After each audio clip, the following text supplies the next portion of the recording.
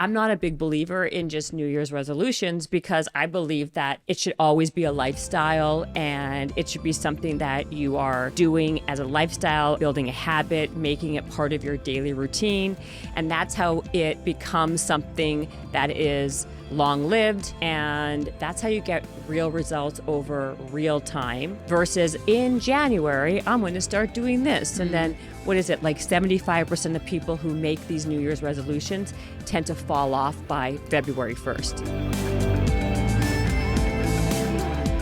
Welcome to 2024, everybody. Woohoo! This is our first solo together in 2024. Oh my God, our first solo of the new year. Of the new year, yes. And oh my gosh, what a year 2023 has been. I'm just happy that we're starting a new year fresh, and I hope everyone has a happy and healthy new year. And we're going to, first of all, a few little announcements. Number one, my book just came out this month, like I guess a couple days ago, in paperback. So if you have not picked up a hard copy of it, please pick up a soft copy, a paperback, a soft cover. I don't know what the right word is. I think it's called a paperback. Jen loves calling it a leaflet, and I think that's great.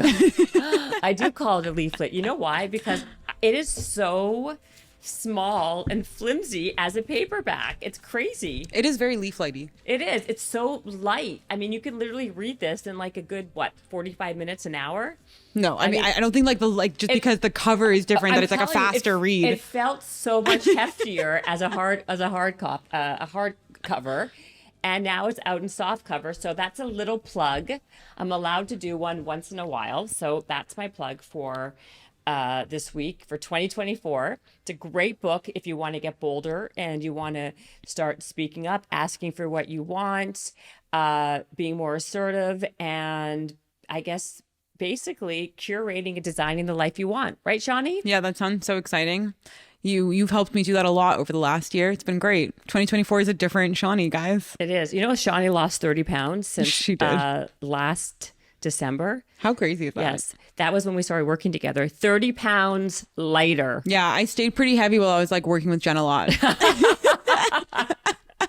Not true at all. She's lost 30 pounds. So I think that is remarkable. And that's a lot of, that Thanks. Is all about consistency, building healthy habits, doing something daily, which is why I bring that up. It wasn't just by accident. I'm bringing that up because this episode is, I think starting off the new year, talking about New Year's resolutions is, of course, like everybody else and their dog is probably doing the same thing. Mm-hmm.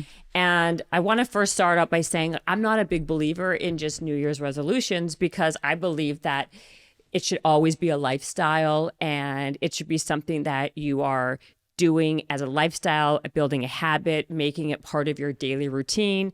And that's how it becomes something that is long-lived, and that's how you get real results over real time versus in January, I'm going to start doing this. And then what is it, like 75% of people who make these New Year's resolutions tend to fall off by February 1st. Wow, by February 1st. Yeah, or like sometimes they say like the end of February, like when January 1st hits, the gyms are totally full, right? And then usually by February 15th, like by Valentine's Day, they're basically empty again. Yeah. Because again, like you can't make a lofty goal and then not change your behaviors and habits and just expect all that to change right away, which we'll get into that in a second. I want to go over something that I think was really fascinating, which Forbes reported the top 5 resolutions for 2024. Ooh. Yes. And of course, what do you think number 1 was? Losing weight? Fitness. Or like getting healthy? Yeah, well, like fitness. That's right. That's not the 90s anymore. In the 90s, it would have been losing weight. Yeah. Well, losing weight actually was number 5. I'm going to check. Oh, they added in. They did fitness plus losing weight. So this is okay. So let's go over them. Okay. Let's talk about it. Let's do it. As the youngins say. What's that thing like? No, let's talk about it. Like tacos? No, not let's tacos. Talk about it. Like let's get into it, or oh, let's get into it. Okay. Yeah, we could. Let's dive right in. Let's dive right in. Okay, fine. let's go into it, or whatever It's like what the 40-year-olds say. I don't know what the kids say, to be honest. I think we've all established that like we really don't know slang. Yeah. We need Dylan. We need Dylan. We really do. We need my 10-year-old back to kind of school us on what the youngins are saying. Okay. So let's go over the New Year's resolution, shall we? Yes. Okay. So number 1 is fitness. What do you think number 2 is? Probably like a money thing, like save more money or make more money. Did you read it? No, I actually really did not. Look, it's not even open on. Yeah. Okay. Yeah. So number 2 is improve finances. I'm thinking about my own resolutions here. Oh, really? Yeah. I mean, I'd love to make more money. Okay. So number 3 is improved mental health. Oh, that's an interesting one. Yeah. I wouldn't have expected that, to be honest. Number 4 is lose weight. Okay. So lose weight and fitness have been separated. Which does make sense. And then even more separated is number 5, which is improved diet. I was going to say eat healthier. Yeah. So they're all separated. Now, like when you make a lofty goal, like I'm going to be like, for example, right? Let's stay with the fitness. Like I'm going to improve my fitness, but then there's no real plan of attack besides I'm going to maybe get a gym membership. That's right away where the stop and the starts begin, right? Because if you don't have a plan, you're not executing a plan, you're going into something kind of with like a big umbrella, lofty goal. Well, of course, the chances of success are going to be less. Like you need to go in there with much more of, in my opinion, a realistic goal that's much more precise, and you can see a measurable change over time. Like if you said, I want to work out 3 times a week for 20 minutes at minimum at a time, that is now something that is much more sufficient than I just want to I'm gonna improve my fitness, or I'm gonna like work out more. Yeah. Because like, what does that mean? It can be anything. Yeah, it's very conceptual. There's a really good book by Scott Adams. I forget what it is, like the Failing Forward one, where he talks about goals versus systems. And like the idea of like resolutions to me are very in line with how he talks about goals, where they're like this one thing with like a deadline and it's like you either achieve it or you don't, versus like a system, which is kind of what you're talking about with like a plan, where you create like a daily routine or a habit that you just integrate. And it's less about like, you know, overall improving your whatever, your health. And it's more about every day I'm going to like drink this much water and I'm going to, you know, move my body for an hour, and like that's your system. And if you don't do your system for one day, it's not the end of the world. But if you don't achieve your goal, it's like either success or failure. There's just like one or the other. But your system is a constant thing. It's like your constant plan. And so if you miss one day because you're sick, it's fine. You can just pick your system up the next day. And so it's kind of like I don't know. I know Scott Adams. I know the book that you're talking about, and I'm a big fan and believer of it, because I think it's 100% accurate. So that's my point. Like these are very lofty goals. Like I'm going to improve my finances. I'm going to improve my fitness. But where's the how am I going to do it? And what is the precise goal in mind that you can work towards versus these lofty things? And that's when people like fall down a bad rabbit hole, and then they don't have anything to work towards, and it's very willy-nilly and it doesn't stick. But like if you can be a little bit more specific in what you want to do, like to your point, if I said I am going to save $100 off of every paycheck versus I'm going to save more money, then you actually have an actionable thing that you are requiring yourself to do.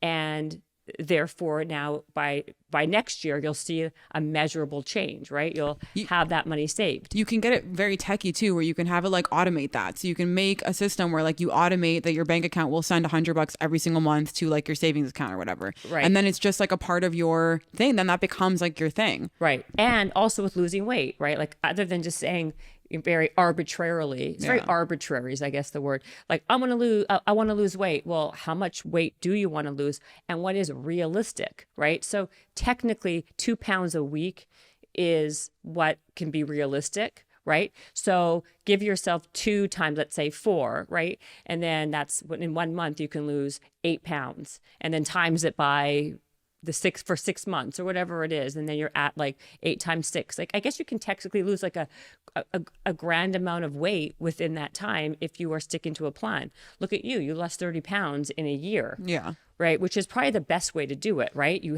were consistent. You go slow. You worked out every day. You ate properly. you basically built better daily habits. But I was doing it for like 5 years. I just gained a lot in 2022. Because I was injured so much. And my habits were really based a lot more around fitness than they were around eating. And I think that was actually a big problem. Because when you rely too heavily on one part of the solution to like maintain your physique, then if you lose that part, like if you were injured and you can't work out and your eating is bad, then you're going to gain it all 100%. back. So you got to, which is a great segue. Oh my God. Great Look segue. at me foiling well. No, that's a great segue into what I want to talk about. And this is what I want to talk about is this myth that weight loss and fitness are automatically the same thing, because it's not. And that's why it's funny in those 5 top trending New Year's resolutions, they broke up the fitness and the losing weight category, because it is, which I've never really seen before, which I'm happy they've done that, because you can be as fit as a fiddle but still gain weight if your diet is not in check. I mean, I'm a great example of this, right? Because I actually gained weight over the holidays, not because my fitness wasn't in check, because by the way, my working out, like I work out daily, not for my body, but for my mind, for my mental health. However, if I'm not eating on point, I'm still going to gain weight. So I find that with everybody. Like, I want to say this. I think that eating, your diet is 95% of what you actually end up weighing, what you look like, and what if you're going to lose weight. If your diet is not on point, you're going to gain weight no matter how much you work out. Unless you're an Olympic athlete and working out like 10 hours a day. I'm sorry. If you're like a regular person who is very active, but yet still eating too many calories, you're going to gain weight. That is just the way it is. I'm a great example of that. So I think if your ultimate goal is to lose weight, you really got to get your diet in check. It actually does happen in the kitchen, not in the gym. That is 100% true. If you want to lose weight, work out in the kitchen. Don't worry about the gym. The gym, let me just say this, working out is much more for your mental health, your physical strength, your overall mood, all of those things. I mean, you know how I feel about fitness and how important it is. But if you want to lose fat on your body, you've got to watch what you put in your mouth. I will say though, I think working out also like it helps the kitchen in a way, because after a workout, you definitely don't feel like eating junk, and it does help sort of propel that, and it gets you in like it's a habit. It's a habit, right? So what it does, a couple of things. I forget this show is called Habits and Hustle sometimes. No, I was going to say, you're much more likely when you exercise to make better decisions with what you're going to eat.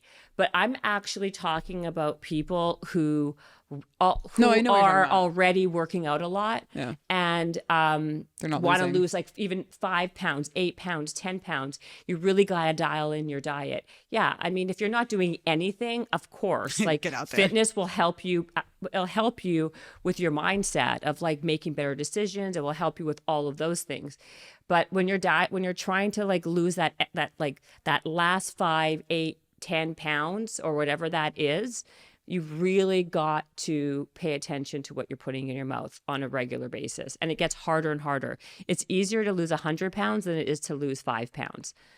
When you're down at the lower levels, because you're like your percentage, you're losing so much more like of your actual body percentage. Yes. And then the other thing is, like we were saying a little bit earlier, is integrating these habits into your daily routine already, so it doesn't feel like a drag to do them. So like, if you don't have a lot of time, or, or I shouldn't even say that. I'm saying in the morning, maybe put your shoes by your bed. So you automatically put on your gym shoes, you automatically put on your gym clothes. And so now you're ready to take action, versus putting on your regular clothes, then changing afterwards. Like, get it over and done with. Like, do something first thing in the morning. I know I sound like a broken record, but if you want to get something done, do it first thing in the morning, get it off of your list, get it out of the way, and then move on with your day. And that way it's a part of what your daily routine is. I brush my teeth. I take a shower, I exercise a little bit, good, done. And then that will make you make a better choice for breakfast and for lunch. But like I said, if your New Year's resolution is an arbitrary, I want to lose weight, have a specific goal in place. You know, it's been a game changer for me. I think I got this from Goggins, although not that I like credit him for a lot of my changes in life, but this one thing that he said really stuck with me, which is like, life is going to throw you rest days, so don't plan them. Because I don't know if he even accepts the rest days that life throws him, but it's true. And to me, I used to plan my rest days, and then I'd have the ones that life also threw at me. So then I'd have like 3 rest days a week, which made it so much harder to get back into the gym. And so now I just like, in my mind, I'm working out every day. And my workouts are also shorter now. They're not like 2-hour lift sessions. I go to Pilates 50 minutes. I go to the gym 50 minutes, whatever it is. Like, you just get it done. And going every day has been a massive shift in me being able to go every day. It becomes way easier. So I talk about that in my book, and I talk about that, which you can buy. That wasn't a plug for the book, which you can buy, but which you can buy in soft cover and hardcover. Yes, now that they're available in both paperback and hardcover. But no, seriously, I do say this a lot. I've talked about this on interviews a lot, that I am not a believer in planning rest days for that exact reason. Because when you plan a rest day, then you do that rest day, and then life happens also. So then you're going to have the rest day, plus you're going to have whatever happens in your week that you can't work out. So I don't ever plan a rest day. I just assume that I'm going to work out every single day of the week. And then when something happens and I can't make it, then all right, that's my rest day. Exactly. And when you have kids, especially, that happens more often than not. So if you're a parent, never plan a rest day, because believe me, they're going to come anyway. And if you have a career or you have a life, it will happen. So never plan a rest day. I promise you, you'll get one regardless during the week.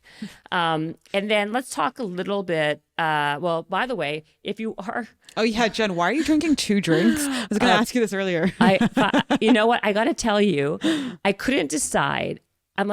I'm obsessed with these slate milks now, by the way. So the chocolate one is honestly unbelievable. You know what? Unbelievable. They are really good. And this is not me just, again, plugging. I'm obsessed with them because they are no sugar and there's like 20 grams of protein. So it satiates me. And it tastes good. The chocolate one tastes like straight up chocolate milk. Yeah.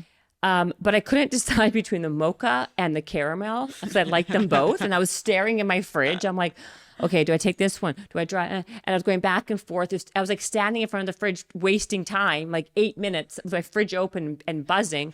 I'm like, screw it. I'm just going to have both. So I'm going to take a sip of this, then a sip of that. So now I'm drinking both of them. I know it looks cuckoo. So drinking both has saved you time. Would you say that this is like a life hack? It's a life hack.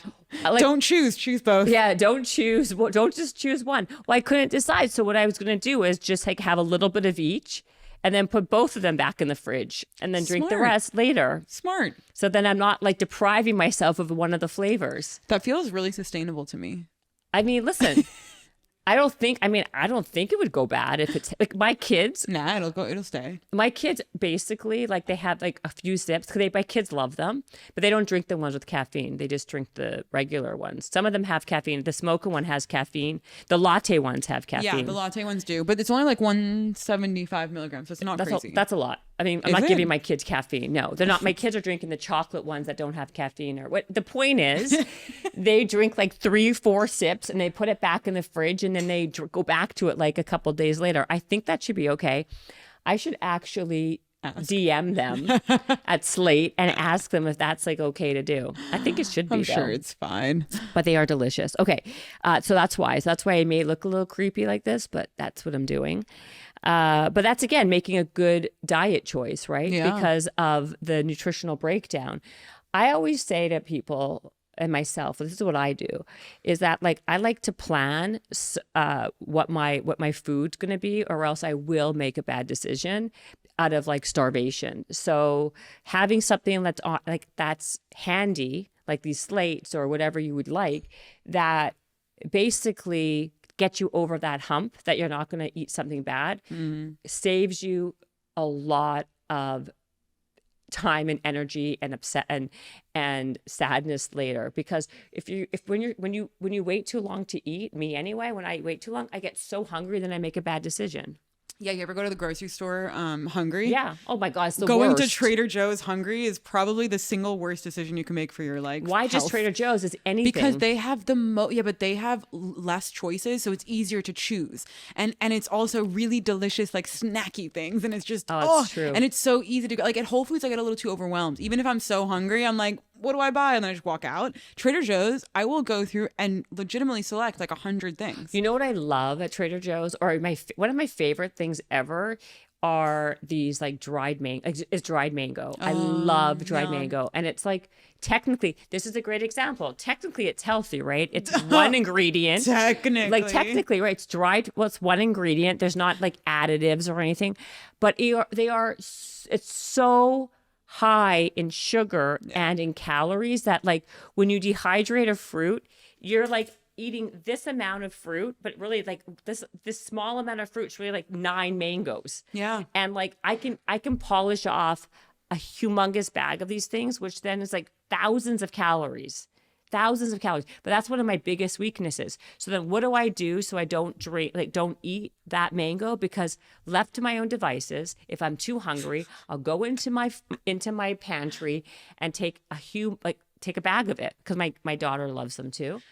Dried mango is amazing. It's amazing. So then I have to have other things on hand that will satiate me, that will fill me up. And that's why I started initially with drinking one of these slates. But then now I'm using it for everything else, like desserts and everything else. I mean, it's smart. The dried fruit thing is so funny because if you look like apricots, like dried apricots are just these tiny things you could just pop in your mouth. Oh, yeah. But that's a whole apricot. Oh, I know. That's a single whole apricot. Oh, it's delicious, and like, I love dried fruit. So again, I know my trigger. I know the food I love. I know what I'm going to my go-to. I trick myself. Psychologically, I know it's high in calories and high in sugar, and it's like really bad for me to eat the quantities that I would have. But when I see it and I want it, I like will justify it. Well, no, it's just fruit. Oh no, it's still very healthy. Just because it's healthy doesn't mean it won't pack on the pounds if you're not careful. So everything requires moderation and portion control. And going into 2024, I want you guys to be very cognizant of if your New Year's resolution involves losing weight, let me tell you, be very mindful of the portions, be very mindful of what you're putting in your mouth, what you're doing in your kitchen. And I think that will help you get to your goal more than just saying, oh, I'm going to work out more. I mean, working out, great for your mood, great for your focus, for your brain, for making better choices. However, if you want to dial it in, really be careful of your portions, even if the food is healthy. That doesn't mean you can have 12 chicken breasts. Still, you can only have one. I'm saying that for a friend. That's for a friend, not for you, not for yes. not for saying exactly. that. Yeah. That's for a friend. Wait, this is for anyone thinking about starting Pilates. Go do it. It's been the best thing ever. I've been doing it the last few months. Literally, this is your sign. You should just go start. If you're thinking about it, go start. Yeah. I like Pilates, but I do require, I think it's a great thing to add in for variety. But I think that as only doing Pilates, we can do a whole other podcast on that. No, I mean, you shouldn't only do any one thing. You should do lots of things. I think you should do whatever. What I would say is this. I'm going to leave you with this thought. Try as many things as possible, and then do the things that you're actually going to end up doing. Because if I tell you to do Pilates and you hate Pilates, you're never going to do it. So if you like running, run. If you like HIIT training, do HIIT training. If you love Pilates, be my guest. You should go do it. Go try as many things as possible. And what wins is consistency. So if you like it, you're going to end up doing it, and therefore you're going to be happier and get to whatever goal that is. And with that note, enjoy the week, enjoy 2024, and Happy good New luck Year. and Happy New Year.